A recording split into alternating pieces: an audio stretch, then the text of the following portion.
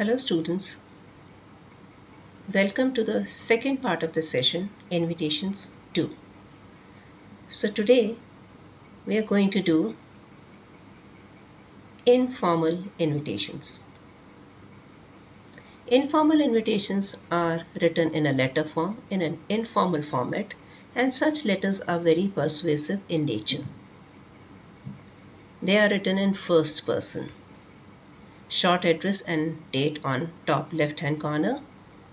Salutation is dear, first name. Complimentary close, yours sincerely, yours lovingly or affectionately, whatever you feel like. Date, time, place of the occasion is mentioned. Various tenses are used to suit the sense and the occasion. Last sentence suggests that a reply is expected. Now let me explain that these informal invitations are used for informal occasions. When you are calling your friends over or it's an informal get-together at your house, that time in a short note form, the invitation written is informal invitation. That is why it is in first person with name, and of course the language is very warm and personal.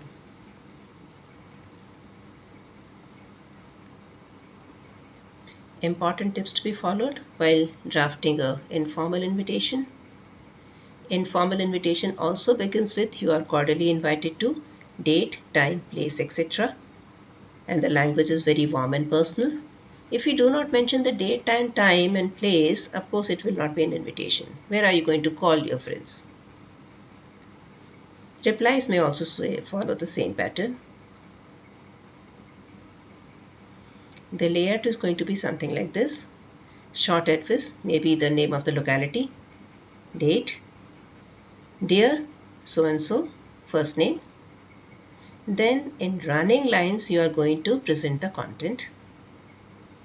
And signing off with your affectionately, your lovingly, and of course your name. And it is not centrally aligned, it is in letter form. And everything is in a box, of course. Now one example of informal invitation. This is the same example we have taken, which we had taken for the formal invitation. Same occasion, wedding of Mr. and Mrs. Ahluwalia's daughter, and they are calling their friend Sudhir. But the way it is written is something different. Now it is a personal invitation with my dear Sudhir, and he is signing off yours, SS Ahluwalia, otherwise date, place, time and other details are everything is there, and it is persuasive in nature. I hope it is self-explanatory. Read it and you will see the difference in formal invitation and informal invitation. Some value points. Format style is for 1 mark. Content relevance, that is name of the person who is inviting, the invitee, date, day, any chief guest or the major characters, occasion, place. All these things make the content, and that carries 2 marks. Expression, grammatical accuracy, language, that carries 1 mark. So total marks are 4, and it is very easy to score 4 out of 4 if you pay attention. Now let's have an exercise. At the housewarming ceremony, you plan to invite your friends, relatives and colleagues. You are Raman and Shanti. Write out the invitation. Now first you have to decide whether it's a formal occasion or informal occasion. This seems to be an informal occasion because you're calling your friends and relatives. So you will be writing in a note form in warm and personal language. Another example is draft an invitation on behalf of the cultural secretary of your school for a 2-day cultural festival inviting other schools in the vicinity. Mention a celebrity chief guest also. Now this is an out and out formal occasion, so a formal invitation will be drafted for this.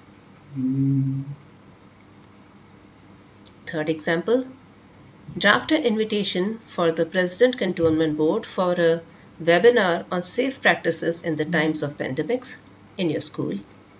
This seems to be a formal occasion, but The invitation is for an individual. So formal invitation for an individual in the letter form will be written here. So happy writing. I hope I have explained everything. Let's do the recapitulation. So informal letters, informal invitations are written in letter forms. They are written in first person. Language is warm and personal. Salutation and signing off is there. Details of what, when and where. And a reply is expected. Thank you very much.